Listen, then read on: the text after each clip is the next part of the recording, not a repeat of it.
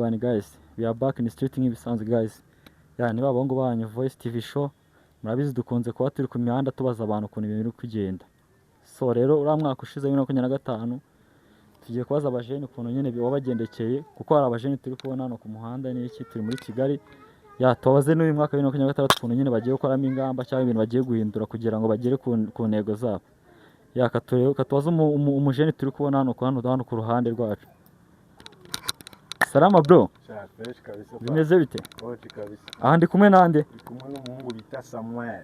Ndi kumwe na Sam, umujene w'umunyarwanda. Cyane. Sam urabona twebwe turi muri gahunda yo kureba nyine ukuntu uriya mwaka wagendekeye abantu abajene muri rusange n'ikintu bakora muri mwaka kugira ngo bagere ku ntego zabo.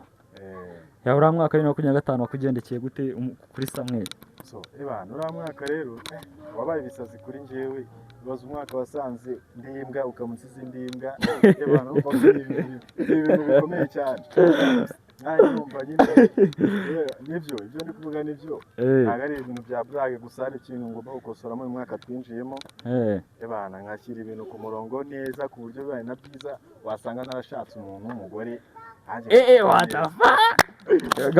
Gahunda ni igikwe ni igikwe ibintu by'igikwe ko abajene biri kubananira cyane mino minsi njye nzagerageza umwaka mbikore gutya mbere neza kabisa. None uriya mwaka rutubwiye ko wakugendekeye nabi cyane kuri wowe. Muri uyu mwaka ni iyihe gahunda ufite cyane izihe strategy nk'ebyiri nyine ugiye gukoresha ku buryo 2026 none uri busigure umuntu w'umugabo kabisa? Ngomba gukora ibintu byose bibaho kuri iyi si cyatuma ntera imbere kugira ngo ndebe ko nanatunga n'umuryango mu rugo nasigara bakavuga ngo ndimbwa kuko ni ikibazo gikomeye cyane ariko gusa ngomba gukosora ibintu neza bikajya ku murongo kabisa kandi n'inama nahereza abajene bagenzi banjye bagomba gukora ibishoboka byose kugira ngo uno mwaka basi uzasange nadusige turisebeye cyane. Niyo nama nabagira kabisa. None urabona mu Rwanda nyine abajene muri no minsi bamwe na bamwe gusanga nyine bafite gahunda yo kuntu bari gukoresha by'ibiyobyabwenge nk'inzoga amatabi cyane nyine abizi hari abari kubikoresha nyine cyane pe. Nawe warabikoresheje?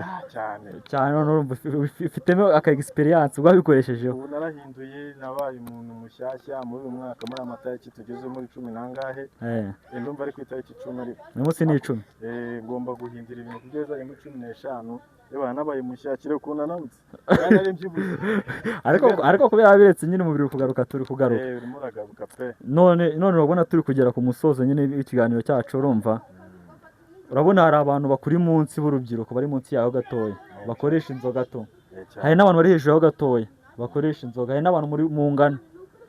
Abo bantu bose n'urubyiruko bakeneye nyine support iturutse hirya no hino, bakeneye no gukoresha imbaraga zabo kugira ngo bagire ikintu nyine bageraho ejo hazaza haba biheza, sibyo? Nk'inama wabagira nyine abantu bakiri ku izo boro ibintu nyine bitari sawa, nk'inama wabagira ku buryo nyine bagufatiraho icyitegererezo, nk'inama wabagira ni nk'iyi? So inama nabagira nibareke ibyo biyobyabwenge, nanjye narabiritse kandi narabinywaga cyane binarenze, ari nabo narushaga cyane bari dusha kandi bananjye bandushaga. Gusa ikintu ngiye inama nabagira bagomba gukosora muri ibyo bintu by'ubwenge bakabivamo bakaza tugahiga ibiceri. Umwaka turimo no guhiga ibiceri manje. Cyaze nanjye ikintu nakongeraho ibintu waruvuze nibyo ni saka ni byiza. Ikintu nakongeraho ku bantu b'abajeni gahunda ubu ngubu ni umufungo n'ugwiga umufungo binyuze mu nzira nziza tugakoresha imbaraga zacu, apana biriya bintu byo gushaka gucisha ibusamo ngo wumve ko warasa boro wakiba ngo wajya gutega abantu. Oya guys, reka dukoresha imbaraga zacu twese fresh, turi mu gihugu cyiza kirimo amahoro kirimo umutekano akazi karimo mwana nyine reka dukoresha imbaraga zacu kabisa. Dushimishe n'ababyeyi bacu kweri bazina nanjye n'ababyeyi narababaje gusa ngomba kubashimisha ibintu bikagenda neza mwana. Uyu mwaka papa ababyeyi bagomba kukubonamo umuntu wahindutse byataye pe. Twitega achievement cyane kabisa. Thanks brother. Thank you.